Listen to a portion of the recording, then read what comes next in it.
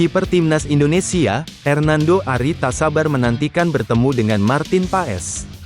Seperti diketahui, Hernando Ari saat ini merupakan kiper nomor 1 timnas Indonesia. Kiper asal Semarang itu jadi andalan Sintayong dari timnas Indonesia senior hingga kelompok usia U23. Terkini, penjaga gawang setinggi 180 cm itu tampil sepanjang Piala Asia U23 dan mampu mengantarkan timnas U23 Indonesia finish di peringkat 4. Sementara di sisi lain, PSSI baru saja menaturalisasi Martin Paes, kiper asal Belanda yang membela klub MLS, FC Dallas. Sehingga Martin Paes disebut-sebut bakal menyaingi Hernando Ari untuk perebutan kiper utama di timnas Indonesia. Tidak menjadikan saingan, Hernando Ari justru dikabarkan tak sabar bertemu dengan Martin Paes. Ia ingin belajar dari kiper berpengalaman yang sudah malang melintang di pertandingan internasional itu. Hal ini diungkapkan salah satu anggota Exco PSSI, Arya Sinulinga. "Tadi ketemu Nando, tanya kapan Paes masuk," ujar Arya Sinulinga. "Saya tanya ke dia apa enggak takut tersingi. Katanya, aku nggak takut pak, aku malah mau belajar. Aku senang banget dia chat aku," tambahnya. Hernando baru saja tiba di Jakarta bersama rombongan timnas U23 Indonesia usai melalui perjalanan hingga playoff perebutan tiket Olimpiade 2024. Pemain berusia 22 tahun mengakui mendapat banyak pelajaran dalam perjalanan panjang Garuda Muda selama lebih dari sebulan ini. "Ya, ini pertama kali kita lolos di semifinal dan juga kemarin kualifikasi buat Olimpiade 2024, ucap Hernando Ari. "Jadi banyak pelajaran untuk kita terus berbenah.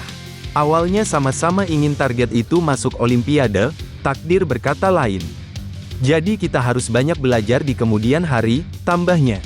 Ia menambahkan bahwa perjalanan timnas U23 Indonesia tidak berakhir hingga sampai di sini. Ke depan, timnas Indonesia masih berkembang agar bisa disegani di Asia hingga kancah dunia.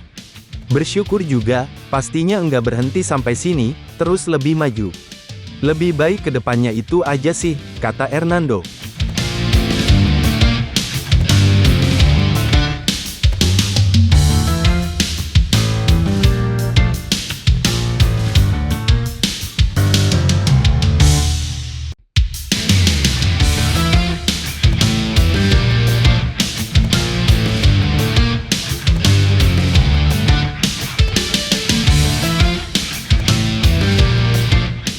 Pemain timnas Indonesia, Fahrudin Arianto, menanggapi positif hadirnya VAR di Liga 1.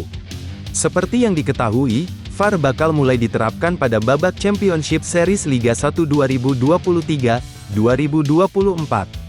Hal ini sekaligus membuat PT LIB melakukan sosialisasi kepada 4 tim yang lolos ke babak tersebut.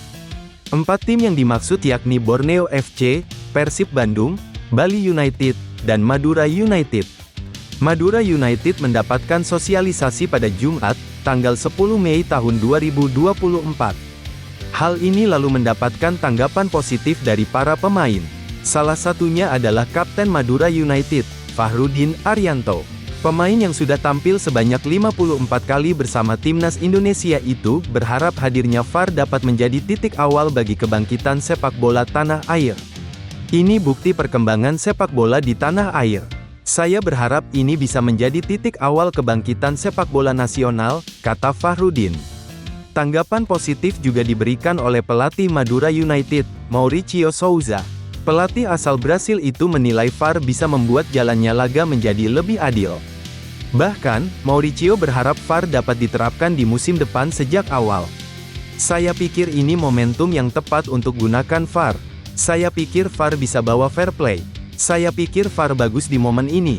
Saya berharap pada musim depan sudah ada VAR sejak mulai kompetisi," ujarnya.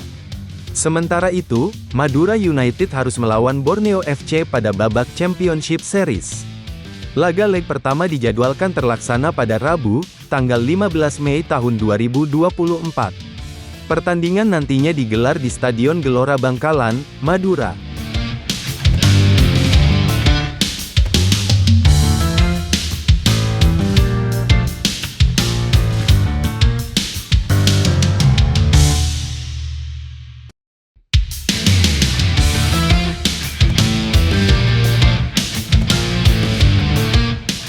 Seusai laga playoff Olimpiade 2024 antara Timnas Indonesia U23 melawan Guinea, anggota Exco PSSI, Arya Sinulinga memberi kejutan soal kontrak Sintayong. Sebagai informasi, Ketua Umum PSSI, Erick Thohir memutuskan untuk memperpanjang kontrak Sintayong hingga 2027. PSSI menyodorkan perpanjangan kontrak kepada pelatih asal Korea Selatan itu pasca membawa Timnas Indonesia U23 lolos ke babak 8 besar Piala Asia U23. Menanggapi soal perpanjangan kontrak pelatih Timnas Indonesia, Arya Sinulinga selaku Exco PSSI mengungkapkan bahwa perpanjangan Sintayong untuk menangani skuad Garuda hingga 2027 karena alasan masa jabatan PSSI di bawah komando Erick Thohir. Dirinya mengatakan bahwa PSSI tak ingin membebankan kepada kepengurusan selanjutnya pasca masa jabatan Erick Thohir sebagai ketua umum yang akan rampung pada 2027. Pak Ketum itu tidak mau melebihi dari masa jabatannya. Dia tidak mau keputusan dia jadi beban kepengurusan berikutnya, kata Arya.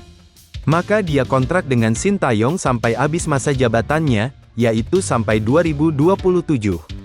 Jadi dia tidak mau nanti ada apa-apa dibilang ini beban dari pengurus lama, makanya kontrak itu habis pada saat jabatan Pak Erick selesai, tambahnya. Sebelumnya, Erick Thohir juga mengungkapkan alasan perpanjangan kontrak Sintayong untuk menangani Timnas Indonesia hingga 2027 mendatang. Rencana jangka panjang alias roadmap Timnas yang sudah dibuat oleh PSSI, menjadi alasan agar Sintayong tetap menangani Timnas Indonesia hingga 2027 mendatang. Ya, saya komitmen, memperpanjang kontrak PSSI dengan Sintayong, kata Erick Thohir. Apalagi dalam kesepakatan terakhir, yakni harus mencapai target 16 besar Piala Asia dan perempat final Piala Asia U23, Coach Sin bisa mencapainya. Jadi kita lanjutkan kerjasama antara PSSI dengan Coach Sin, tutup Erick. Setelah memperpanjang kontraknya bersama Timnas Indonesia, Sintayong kembali mencetak prestasi bersama Garuda Muda di Piala Asia U23. Terbaru, Sintayong berhasil membawa Timnas Indonesia U23 menduduki posisi 4 besar berkat menumbangkan Korea Selatan di babak perempat final. Sayang, prestasi gemilang Sintayong tersebut tak berujung manis karena gagal tampil di Olimpiade Paris 2024 pasca kalah tipis 1-0 atas Guinea.